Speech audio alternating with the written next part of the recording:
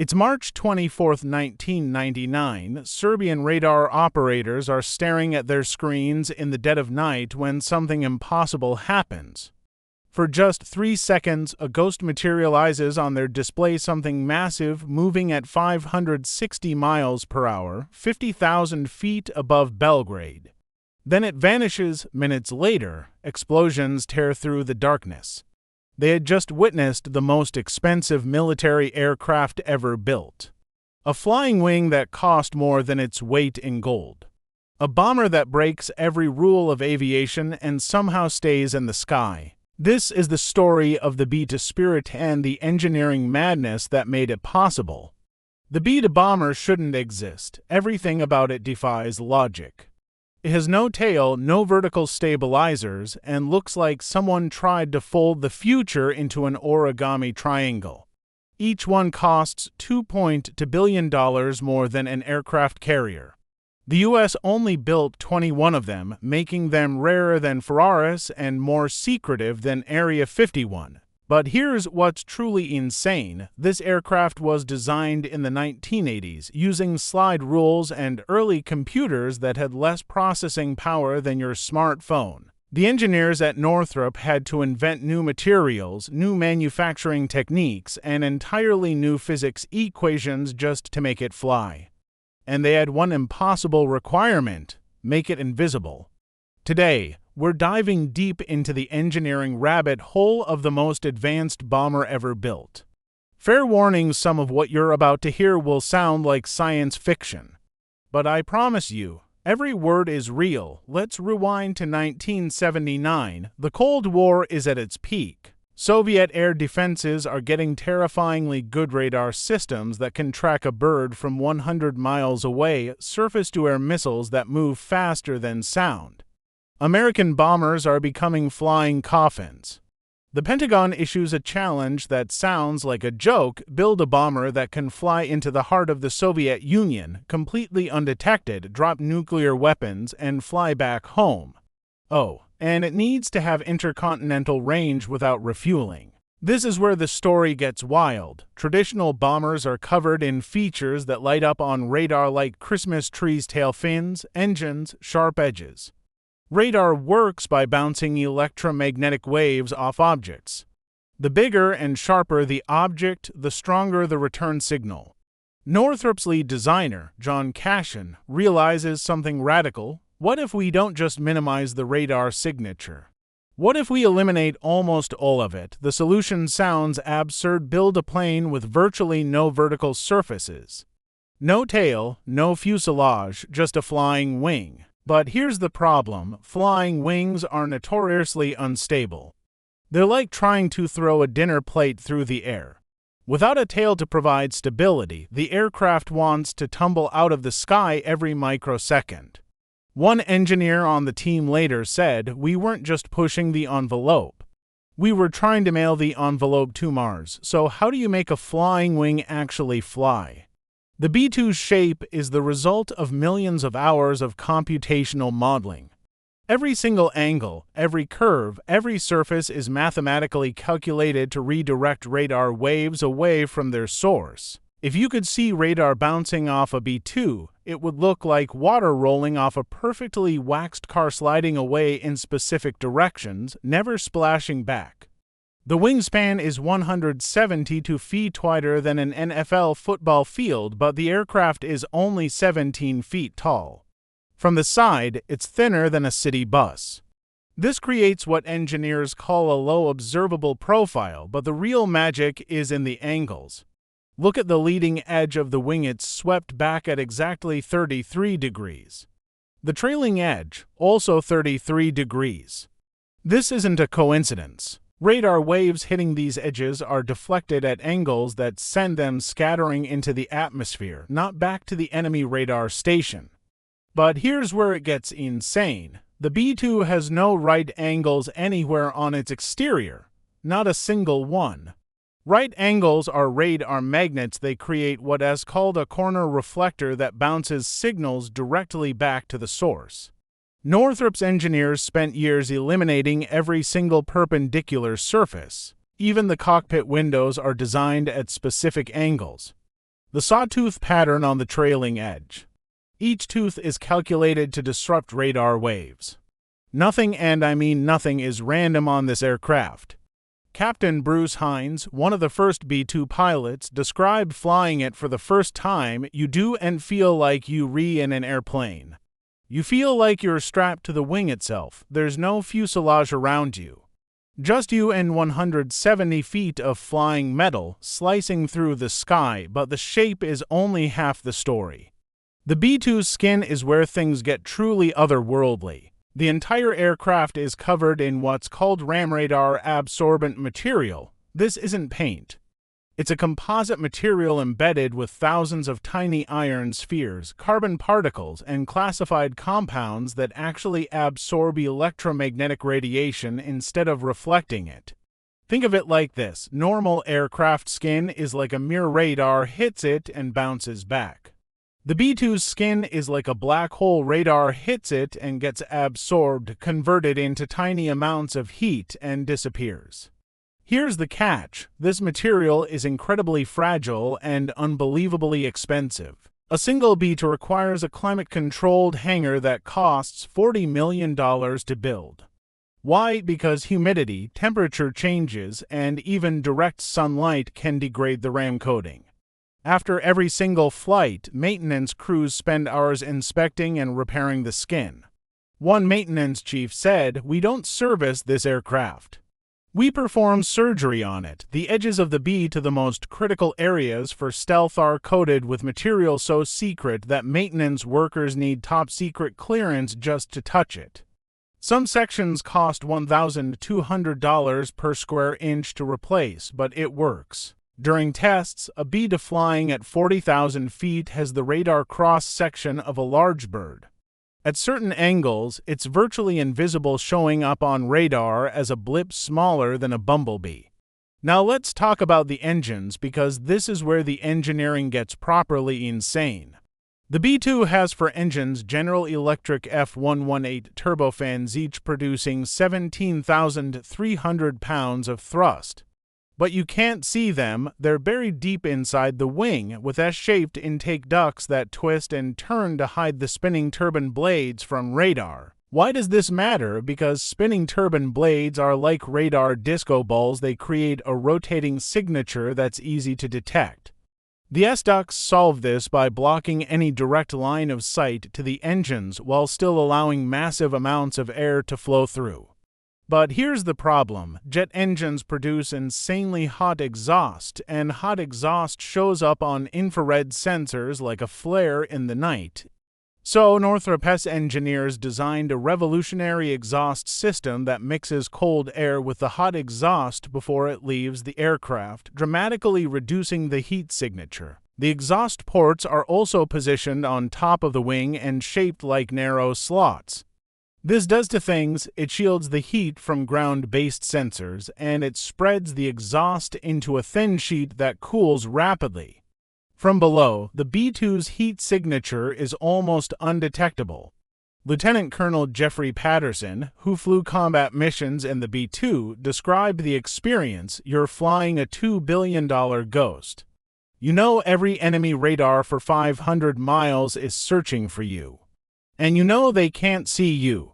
It's the most surreal feeling in aviation. Remember that dinner plate problem: flying wings are aerodynamically unstable by nature.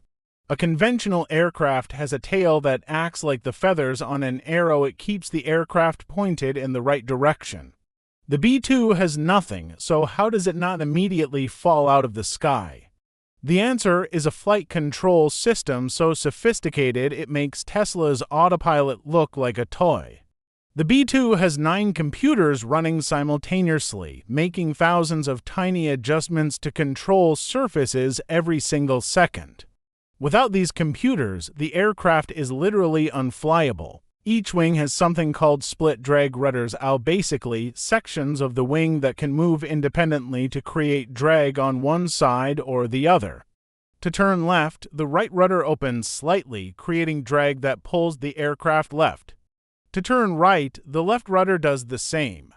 For pitch control, nose up or nose down, the B-2 uses elevons along the trailing edge. These are surfaces that act as both elevators and ailerons. The computer constantly adjusts them to keep the aircraft stable. Here's the terrifying part. If those computers fail, the pilot has about 3 seconds before the aircraft enters an uncontrollable tumble.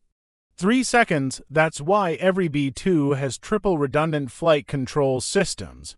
If one computer fails, two backups instantly take over. The odds of all 3 failing simultaneously are about the same as getting struck by lightning while holding a winning lottery ticket.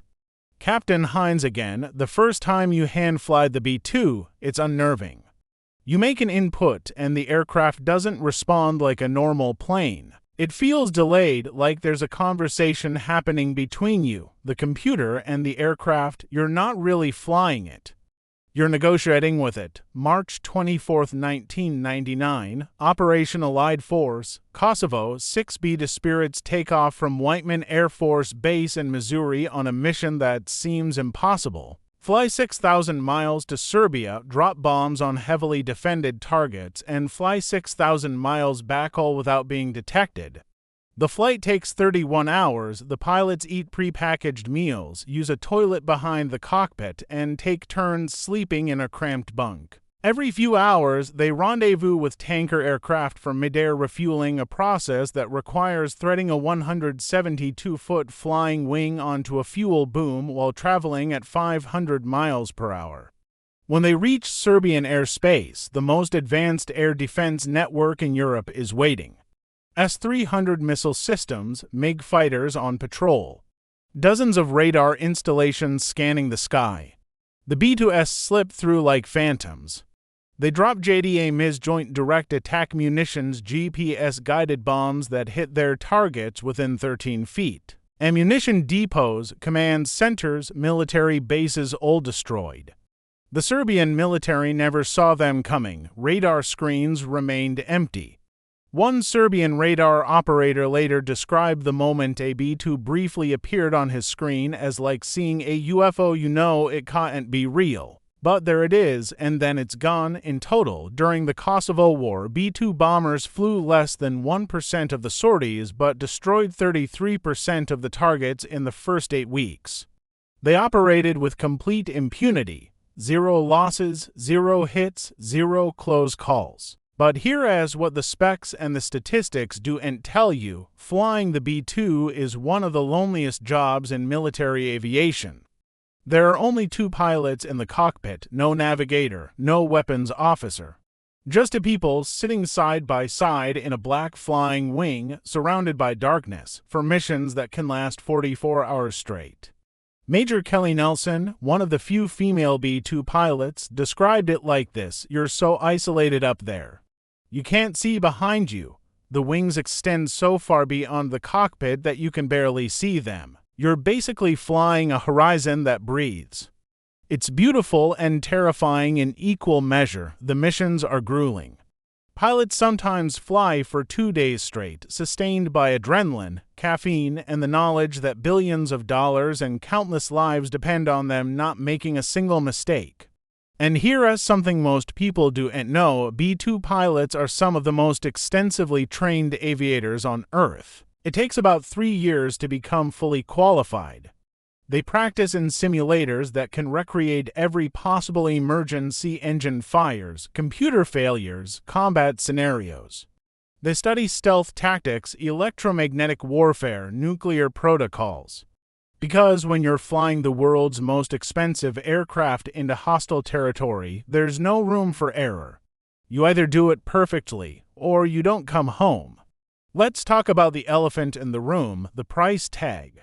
At $2.2 billion per aircraft, the B-2 program cost more than the entire GDP of some countries. The original plan called for 130 aircraft.